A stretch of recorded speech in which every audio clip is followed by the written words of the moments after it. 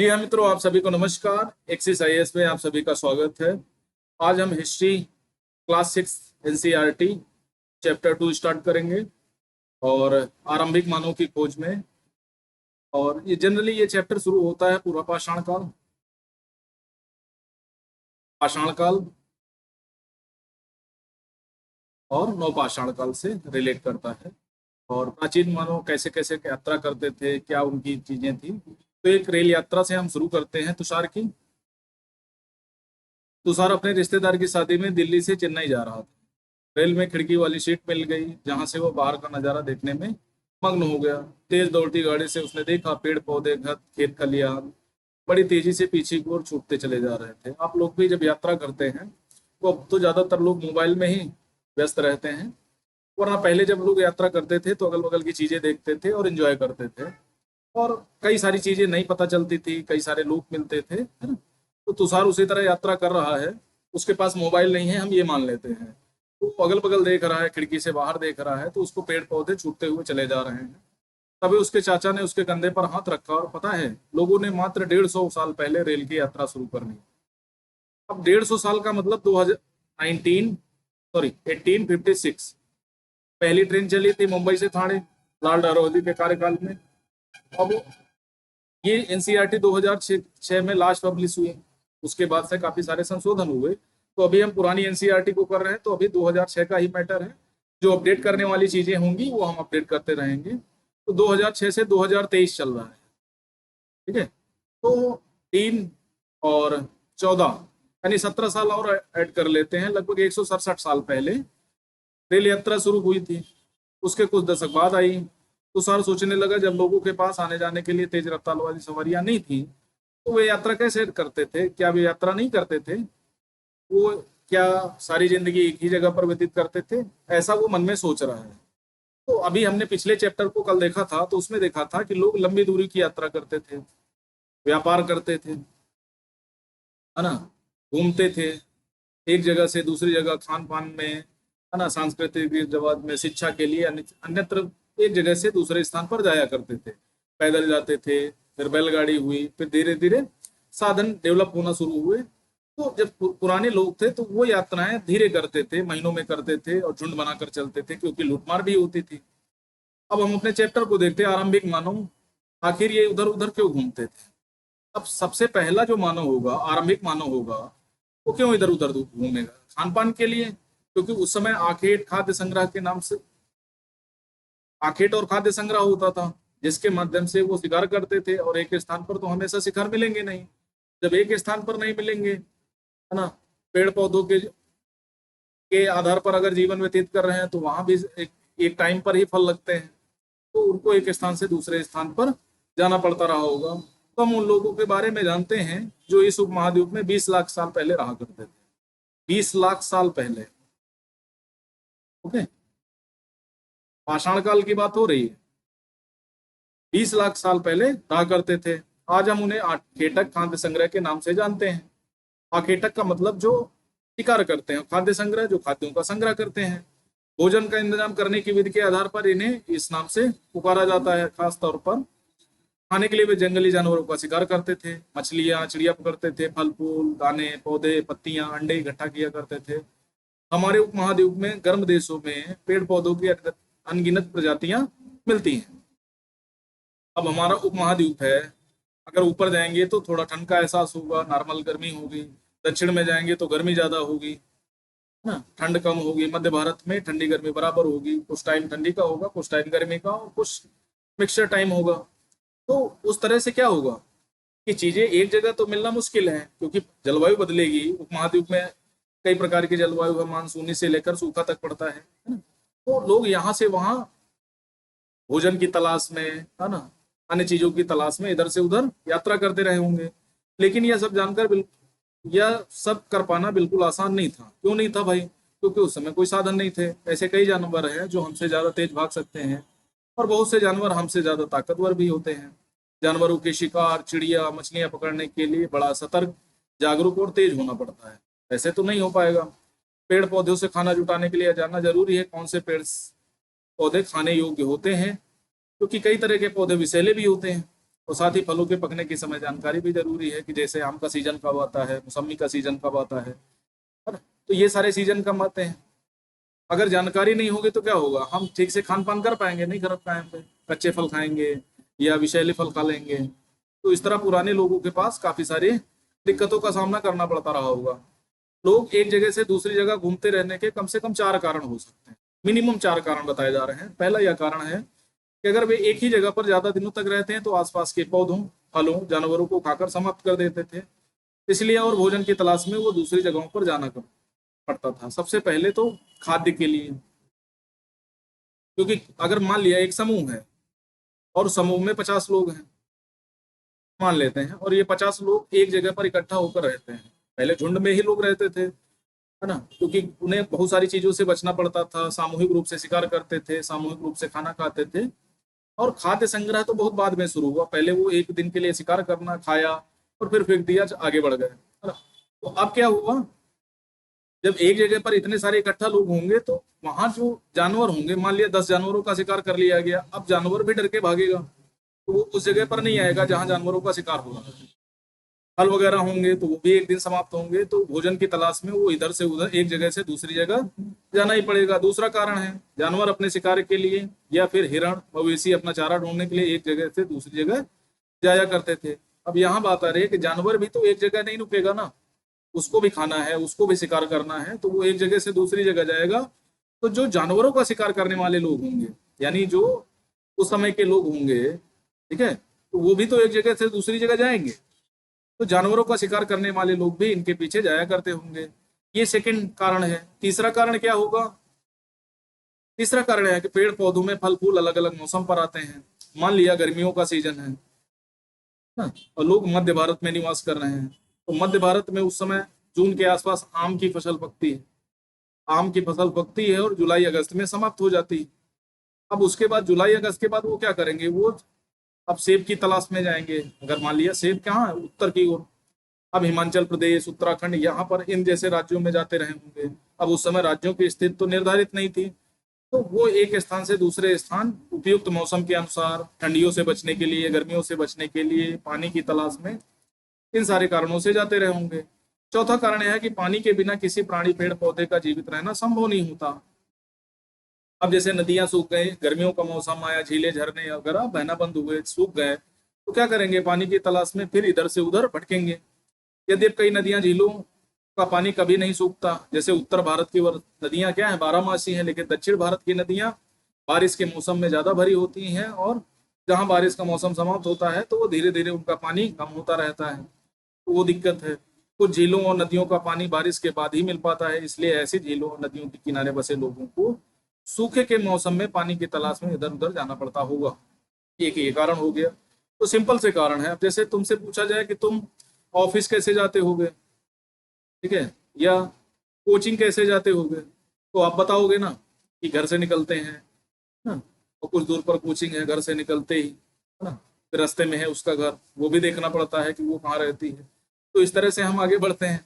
और तुम स्कूल कैसे जाते हो या कोचिंग कैसे जाते हो, तो घर से निकले, कोई रास्ता पकड़ा, है ना, अगर दूर है तो साधन, ऑटो, टेम्पो, टैक्सी, बस, है ना, ट्रेन, इस तरह की चीजों से यात्रा करते होगे, फिर कोचिंग तक पहुंचते हो सकता है कुछ लोग कई जगहों पर अपने साधन बदलते हों।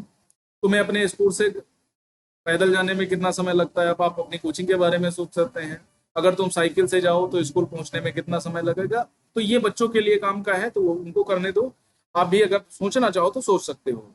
अब आरंभिक मानव की जानकारी कैसे मिलती है भाई, कैसे मिलेगी, उनके जो उपयोग किए गए औजार होंगे, जैसे पाषाण काल में पत्थर के औजार होते थे तो वो मिल जाएंगे आपको, है ना, शैल चित्र जो वो बनाते थे, उसके बाद गुफा चित्र,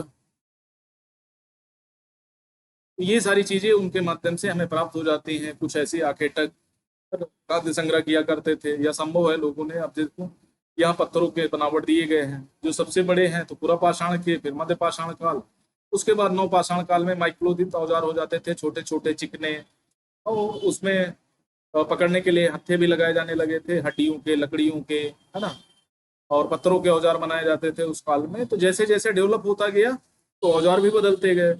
और पत्थर, ये पत्थर से बने प्राचीनतम औजार हैं, इन्हें कई हजार सालों बाद बनाया गया और इन्हें बाद में बनाया गया। अब जैसे का, खा, गा, घा, गा, गा तक आओगे तो ये धीरे धीरे क्या होंगे, इनका टाइम पीरियड बदलता जाएगा। जैसे जैसे लोग जानने वाले हो जाएंगे तो टेक्नोलॉजी में थोड़ा सा चेंज आएगा। इन्हें लगभग 10,000 साल पहले बनाया गया होगा। कौन से? घाव वाले। ये क्या है? नवीनतम, यानी नवपाषाण काल में, 10,000 ईसा पूर्व से लेकर के 5,000 ईसा पूर्व या 2500 ईसा पूर्व के आसपास। और ये गुटिका प्राकृतिक पत्थर हैं, छोटे छोटे, जो गंगा वाले में दिए गए हैं।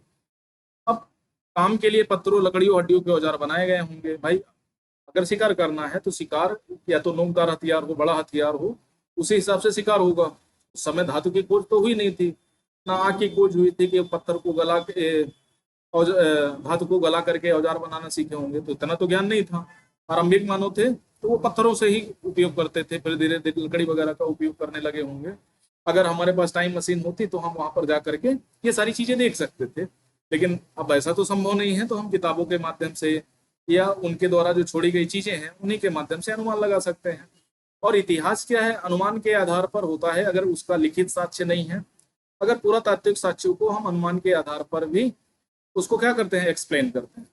ये बात आपको समझना है कि जो भी प्राचीन इतिहास है जिसके लिखित साक्ष्य उपलब्ध नहीं, तो उसको हम अनुमान के आधार पर ही डिसाइड करते हैं। एक अनुमान लगाते हैं कि हम होते तो ऐसे कैसे करते हैं। ओके, तो ये आपको हमेशा याद रखना है कि इतिहास में कुछ चीजें ऐसी हैं जो लिखित हैं लेकिन फिर भी वो हमें बनावटी लगती हैं, तो हम अनुमान लगाते हैं। इनमें से कुछ औजारों का उपयोग किस लिए? फल फूल काटने, हड्डियां मांस काटने, पेड़ों की छाल और जानवरों की छाल उतारने के लिए किया जाता था, क्योंकि उस समय कपास नहीं था, कपड़े नहीं थे। तो वो क्या करते थे? पेड़ों की छालों को पहनते थे, जानवरों की खाल, उसके पहले वो नंगे घूमते थे। कुछ के साथ हड्डियां, लकड़ियों के मुट्ठे लगे भाले और बाण जैसे हथियार बनाए जाते थे। कुछ औजारों से लकड़ियां काटी जाती थी। भाई जंगल को साफ करना है, उसको बेहतर बनाना है। अगर वो मकान बनाना सीख गए थे तो उसके लिए भी काम करना है। यहाँ आप देख सकते हो ये हथियार कैसे रगड़ रगड़ के बनाए गए होंगे, नोक बनाई गई। और लकड़ियों का उपयोग ईंधन के साथ साथ झोपड़ियां, औजार बनाने के लिए भी किया जाता रहा होगा। तो उन्हें काटने के लिए, उनको छाटने के लिए, उनको बराबर करने के लिए भी इन चीजों की जरूरत होगी। पाए इंसान खाने योग्य जड़ों को खोदने के लिए किया जाता था। अब देखो ये जड़ों को खोद रहे हैं, पेड़ की, कंदमूल। उसके बाद गाय जानवर की खाल से बने वस्त्रों को सिलने के लिए किया जाता था, मोटे मोटे बना लिए जाते थे। आज की तरह तो था नहीं कि जीन्स पहन लिया, टॉप पहन लिया, ये सारी चीजें पहन ली। अब देखो कुछ महत्वपूर्ण स्थल हैं जो यूपीएससी और यूपीपीएससी के लिए बहुत इंपॉर्टेंट हैं, पूछ लिए जाते हैं। और स्थल को हम कैसे पहचानेंगे? देखो 3-5 प्रकार के स्थल हैं: पुरातात्विक या पुरापाषाणिक पुरा स्थल, नवपाषाणिक, महापाषाणिक, आरंभिक गांव और आधुनिक नगर। आधुनिक नगरों में जैसे दिल्ली, मुंबई, कोलकाता, चेन्नई, है ना, चंडीगढ़, ये आधुनिक नगर हैं हमारे। आरंभिक गांव जो प्राचीनतम गांव थे उनमें एक इनाम गांव प्रमुख है। ठीक है, इनाम गांव सबसे पुराना गांव है। और अगर नगरों की बात करें, आरंभिक नगर देखा जाए तो भी मिल जाएंगे तुम्हारी सिंधु घाटी सभ्यता में। अब और देख लेते हैं। अब जैसे पुरापाषाणिक स्थल, पुरापाषाण काल के जो स्थल थे जहां से हमें ये सारी चीजें मिली, जैसे हुंसी कर्नाटक में, कुरनल गुफाएं आंध्र प्रदेश में, उसके ऊपर भीमबेटका की गुफा मध्य प्रदेश, रायसेन जिला। ओके, तो ये 4 स्थल हैं। पहला भीमबेटका, दूसरा हुंसी कर्नाटक, तीसरा ये सारी चीजें हैं। ओके, उसके बाद आते हैं नौपाषाणिक पुरा स्थल में। नौपाषाणिक ज्यादा स्थल है, जैसे बुर्ज होम है। कहाँ है? यहाँ से कुत्ते के साथ मनुष्य को दफनाए जाने का साक्ष्य मिला। दूसरा, बुर्ज होम में गर्तवास मिले। गर्तवास मतलब गड्ढा बना के लोग निवास करते थे, क्योंकि ऊपर ठंडी वगैरह लगती थी। जम्मू कश्मीर, हिमालय के एरिया है तो ठंड ज्यादा पड़ती होगी। मेहरगढ़, ये कहाँ है? बलूचिस्तान में है। उसके बाद कुल्डी हवा उत्तर प्रदेश, महागढ़ा उत्तर प्रदेश, चिरान बिहार, यहाँ के क्या हुए? हड्डी के औजार मिले। दाओजली होर्डिंग, ये मेघालय के आसपास का एरिया है। उसके बाद आप हल्लूर कर्नाटक का देख सकते हैं, पय्यमपल्ली तमिलनाडु। ये सारे नौपाषाणिक स्थल हैं। महापाषाणिक स्थल, महापाषाण काल की शुरुआत तो ज्यादातर दक्षिण भारत में हुई है। बड़े बड़े पत्थरों के औजारों का उपयोग होता था, इसलिए हम उसे महापाषाण काल के नाम से जानते हैं। अब जैसे ब्रह्मगिरी की पहाड़ियां हैं, वहां आपको महापाषाणिक स्थल मिलेंगे। आपको आदिचनरूल कर्नाटक, उसको केरल और तमिलनाडु की सीमा पर आपको मिल जाएंगे। तो ये दो स्थल प्रमुख हैं, इनको आपको याद रखना है ना। तो ये स्थल याद रखने से एग्जाम में काफी बार पूछे गए हैं, तो आपको इन स्थलों के बारे में जानकारी होनी चाहिए। चलिए आगे बढ़ते हैं। चूंकि पत्थर के उपकरण बहुत महत्वपूर्ण थे, इसलिए लोग ऐसी जगह ढूंढते थे जहां अच्छे पत्थर मिल सके। अच्छे पत्थर मीन्स नुकीले, पॉलिशदार, चिकने, जिनसे औजार ठीक से बनाया जा सके। और लोग पत्थरों के औजार बनाते उन स्थलों को उद्योग स्थल कहा जाता था। पुराने स्थल यानी पाषाण काल के आसपास के एरिया को, जहां पर हमें बेहतर किस्म के पत्थर मिलते थे, उसे हम उद्योग स्थल के नाम से कहते हैं। ये हमारी आज की परिभाषा है, उनकी क्या परिभाषा थी हमें नहीं पता। तो ये याद रखना। हमें उन उद्योग स्थलों के बारे में जानकारी कैसे मिलती है? भाई हमारे पुरातत्ववेत्ता यही तो काम करते हैं, ये ढूंढते रहते हैं। पत्थर के बड़े बड़े टुकड़े मिलते हैं और ऐसे उपकरण मिलते हैं जिन्हें लोग इन स्थलों पर छोड़ गए होंगे, क्योंकि वे ठीक से नहीं बने होंगे।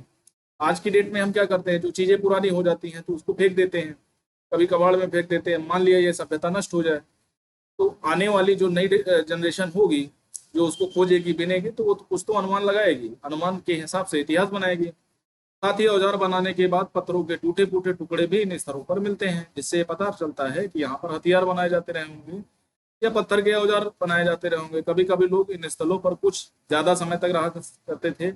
ऐसे स्थलों को आवासीय और उद्योग स्थल दोनों कहते थे। जहाँ पर ज्यादा लोग मिल गए, जैसे इनाम गांव था, वहां पर आवासीय स्थल भी हैं, उद्योग स्थल भी हैं। अब भीमबेटका की एक गुफा चित्र है, इनको देख सकते हैं, एक कंदराएं बनी हुई है। देखो चित्र में कितनी प्यारी लग रही हैं। अगर घूमने का मौका मिले तो इन्हें जरूर घूमना चाहिए। भीमबेटका आधुनिक मध्य प्रदेश, आवासीय पूरा स्थल इन्हें कहते हैं जो लोग गुफाओं में रहा करते थे, और कंदराव जैसे स्थल होते थे जिन्हें यह दर्शाया गया है। और लोग इन गुफाओं में इसलिए रहते थे क्योंकि यहाँ बारिश, धूप, हवाओं से राहत मिलती थी। ऐसी प्राकृतिक गुफाएं विंध्य, दक्कन की पर्वतीय इलाकों में मिलती हैं, जो नर्मदा घाटी के आसपास है। ठीक है, क्या तुम बता सकते हो कि रहने योग्य लोगों ने यहाँ जगह क्यों चुनी हुई है? भाई वहां घूम, कोई ऐसा तो नहीं था कि वर्तमान में हम जैसे गोवा का हम घूमने का प्लान करें, या नैनीताल घूमने का प्लान करें, या हिमाचल घूमने का प्लान करें। वो तो रेंडमली वहां पहुंच जाते होंगे और उन्हें स्थल अच्छा लगा, खाने पीने की अच्छी जगह मिल गई, पत्थर बढ़िया मिल गए औजार बनाने के लिए, तो वहां पर क्या है, रेंडमली वहां पर लोग रहने लगे, है ना। तो उसके लिए कोई फिक्स नहीं था कि यहीं पर हमको जाकर के रहना है। आ गई बात समझ में? तो हमने एक अनुमान निकाला कि वहां पर वो रेंडमली पहुंच गए होंगे, अचानक से घूमते फिरते हुए। पानी का भी साधन था, धूप, बारिश, गर्मी सबसे बचाव हो जाता था, गुफाएं ठंडी होती हैं। तो फिगर्स यहाँ पे जो भी रायसेन भीमबेटका की गुफाएं मिली हैं, सबसे प्राचीन गुफाएं हैं। और वहां पर शैल चित्र भी मिले हैं कि लोग वहां चित्रकारी जानते थे, और कई प्राकृतिक रंगों का उपयोग किया गया है जो आज भी है। अब तुम्हें अपने निवास स्थान के बारे में बताना पड़े तो तुम कौन सा नाम चुनोगे? तो वर्तमान में आवास चलता है, घर चलता है, ठीक है, मोहल्ला चलता है, गली चलती है। तो इस हिसाब से हम डिसाइड कर लेते हैं। उद्योग स्थल कहाँ है? जैसे औद्योगिक नगर, जैसे कानपुर, गाजियाबाद, इस तरह के उद्योग स्थल हैं जहां पर कारखाने, बड़े बड़े कारखाने लगे हैं, कपड़ों का निर्माण होता है। सूरत उद्योग स्थल है। आवास और उद्योग स्थल, कानपुर के आसपास आवास भी हैं, गाजियाबाद में आवास भी, उद्योग स्थल भी हैं। अन्य के रूप में आप और को भी कुछ बता सकते हैं। पूरा स्थल किसे बोलते हैं? उस स्थान को कहते हैं जहां औजार, बर्तन, इमारतें जैसी वस्तुओं के अवशेष मिलते हैं। यानी प्राचीन लोग जो यूज करते थे वो हमें प्राप्त होते हैं, उन्हें पूरा स्थल बोलते हैं। पुरानी चीजें, पूरा मीन्स पुरानी चीजें मिलती हैं वहां पर। और स्थल मीन्स स्थान होता है। ऐसी वस्तुओं का निर्माण लोगों ने अपने काम के लिए किया था, और बाद में वे क्या हुआ, वहीं पर छोड़ गए। लेके तो जा नहीं सकते थे, तो वहीं पर छोड़ गए, धीरे धीरे रिप्लेस हुए। वहां से एक स्थान से दूसरे स्थान पर पहुंचे, खाने की तलाश में, पानी की तलाश में, है ना, मौसम की तलाश में, फल फूलों की तलाश में। ये जमीन के ऊपर, अंदर, कभी कभी समुद्र और नदी के तल में भी पाए जाते हैं। अब नदी के तल में क्यों पाए जाते हैं? कि मान लिया वहां नदी ने अपना मार्ग परिवर्तित किया, तो हो सकता है वो क्या हुआ होगा, डूब गया। समुद्र में क्यों पाए जाते हैं? क्योंकि समुद्र का टेम्परेचर के हिसाब से पानी बढ़ रहा है ना। तो हो सकता है समुद्र के किनारे जहां पर रहते हो वहां पानी पहले कभी नहीं रहा होगा, फिर टेम्परेचर बढ़ा, धीरे धीरे बर्फ पिघली तो पानी का स्तर बढ़ गया, तो वो चीजें डूब गई। पासार औजारों का निर्माण प्राय दो तरीकों से किया जाता था। पत्थर से पत्थर को टकराना, जो पूरा पाषाणकालीन लोग थे वो पत्थर को आपस में टकरा करके एक बेहतर पत्थर बना लेते थे। यानी जिस पत्थर पर औजार बनाना होता था उसे हाथ में लिया जाता था और दूसरे हाथ से उस पत्थर का हथौड़ी जैसे इस्तेमाल होता था। इस तरह आघात करने वाले पत्थर से दूसरे पत्थर पर तब तक सिल्क निकल जाते हैं जब तक वंचित आकार का उपकरण न बनने पाए। अब वंचित आकार का कैसे पता लगाएंगे वो लोग? तो वंचित आकार का वो पता तभी लगाएंगे जब वो औजार में उसके रूप में प्रयुक्त करेंगे। इसके लिए अपनाई गई दो तकनीकों में एक दर्शाई गई है, एक आप बता सकते हैं। दूसरे तरीकों को दबाव सल्क तकनीक कहा जाता है। सल्क मीन्स होता है टुकड़ा, ठीक है। इसमें क्रोड एक स्थिर सतह पर टिकाया जाता है। उस क्रोड पर हड्डी का पत्थर रखकर उस पर हड्डी नुमा पत्थर से सल्क निकाले जाते हैं, जिससे वांछित उपकरण बनाए जाते हैं। जैसे वर्तमान में क्या होता है, पत्थर के जो भी हथियार बनते हैं, जो भी औजार बनाए जाते हैं, उसमें क्या है, ऐसी चीजें लगा दी जाती हैं तो उसमें लकड़ी का या हड्डी का मुट्ठा भी लगा दिया, जैसे फावड़ा वगैरह आज वर्तमान में देख सकते हो धातु के। अब कुरनूल गुफा को ढूंढना है। कुरनूल गुफा मैंने कहाँ बताई? नीचे आंध्र प्रदेश और तमिलनाडु के आसपास, ब्रह्मगिरी पहाड़ियों के आसपास राख के अवशेष मिले हैं। इसका मतलब यहाँ लोग रहते थे और आग जलाना सीख गए थे। आग की खोज कहाँ हुई? नवपाषाण काल में, उसके थोड़ा सा पहले हुई। आग का इस्तेमाल कई कार्यों के लिए किया गया होगा, प्रकाश के लिए, मांस पकाने के लिए, खतरनाक जानवरों को दूर करने के लिए। जब कभी आग की खोज हुई होगी तो मुझे नहीं लगता वो खाना पकाना सबसे पहले सीखे होंगे, वो उसको एक अजूबे की तरफ देखते होंगे। जैसे एक मूवी मुझे याद है, फ्रूट करके मूवी है, फ्रूट्स, आदिवासियों की मूवी है। प्राचीन कैसे लोग रहते थे और वो वर्तमान काल तक कैसे पहुंचे, कि आखेटक से वो खाद्य संग्राहक के सिरे में कैसे पहुंचे। उसमें दो पार्ट हैं, आप देख सकते हैं। हिंदी में भी अवेलेबल है और इंग्लिश में भी, हॉलीवुड की मूवी है। और एनिमेशन मूवी है, एनिमेटेड है, तो आप देख सकते हो, उसको अनुमान लगा सकते हैं, अच्छी चीजें हैं। अब बढ़ती जलवायु, अब सॉरी बदलती जलवायु, अब जलवायु में चेंज आया, जलवायु गर्म होने लगी, बड़े बदलाव आए और गर्मी बढ़ने लगी। इसके परिणाम स्वरूप कई क्षेत्रों में घास के मैदान बनने लगे।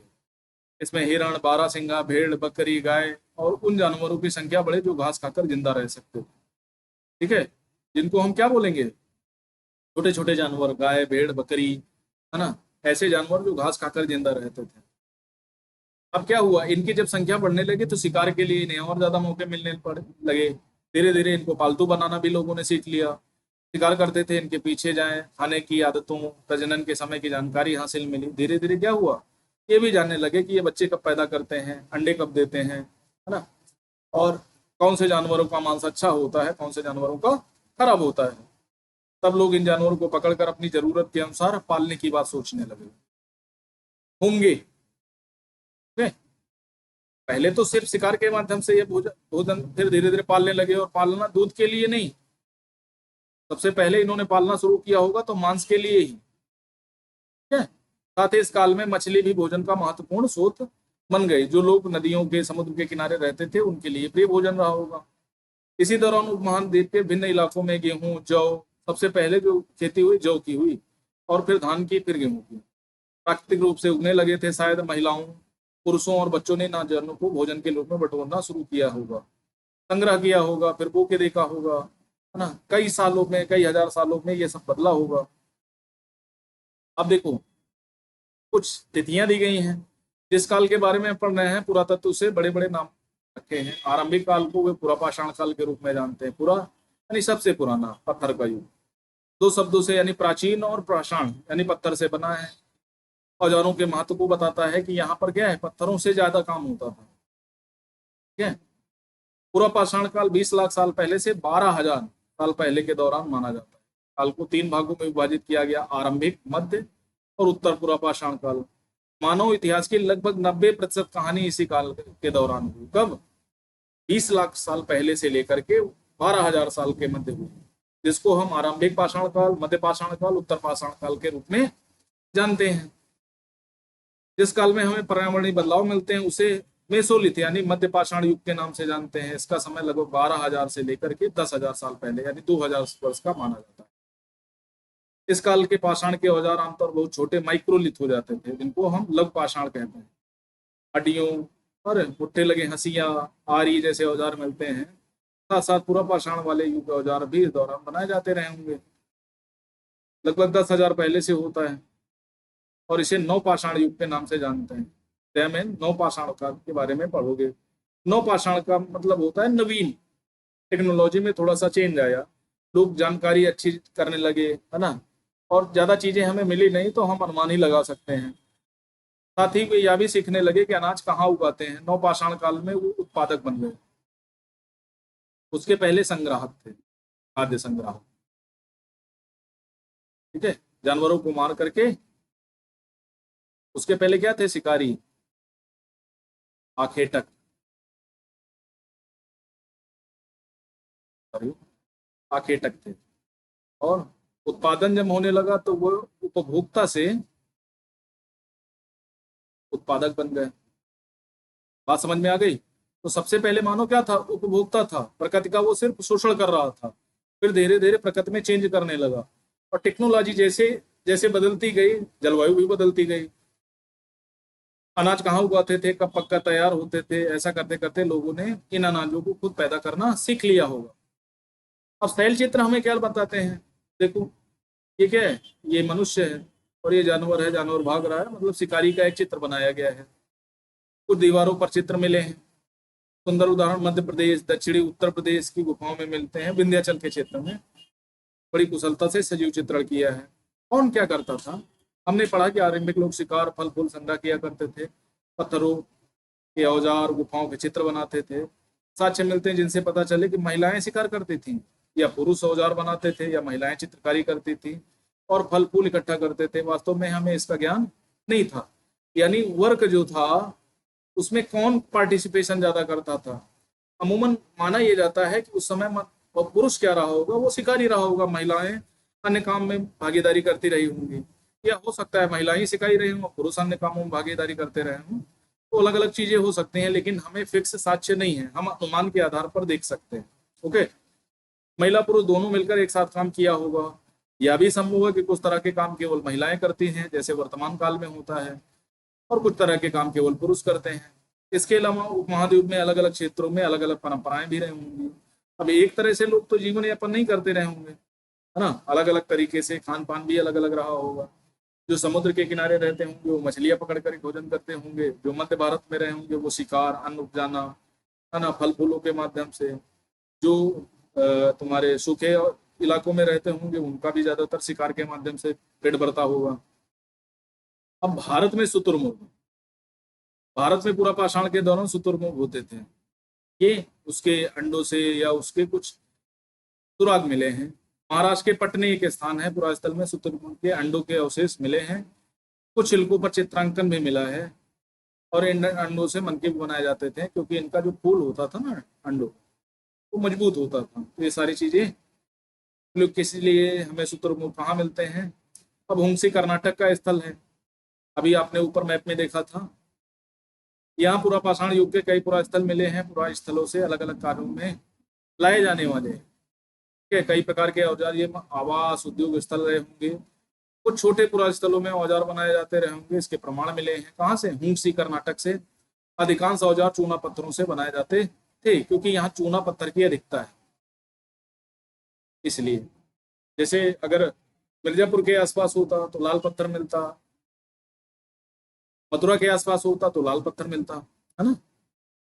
अब एक एटलस दिया गया है, ये फ्रांस की एक गुफा का है। लगभग 100 साल पहले स्कूली छात्रों ने की थी। और 2000 साल पहले 10,000 साल, लगभग वही मध्य पाषाण काल के आसपास है। बनाए गए होंगे। जानवरों के चित्र हैं, जंगली घोड़े, गाय, भैंस, गैंडा, रेंडियर, बारहसिंगा सुअर, गहरे चमकीले रंगों से चित्रित किया गया है, आप नीचे देख सकते हैं। ओके, इन रंगों को लोय, चारकोल जैसे खनिज पदार्थों से बनाया जाता था। यह संभव है कि इन चित्रों के उत्सवों के अवसर पर बनाया जाता था, या फिर इन्हें शिकारियों द्वारा शिकार निकलने से पहले या बाद में, है ना, अनुष्ठान के रूप में बनाया जाता होगा।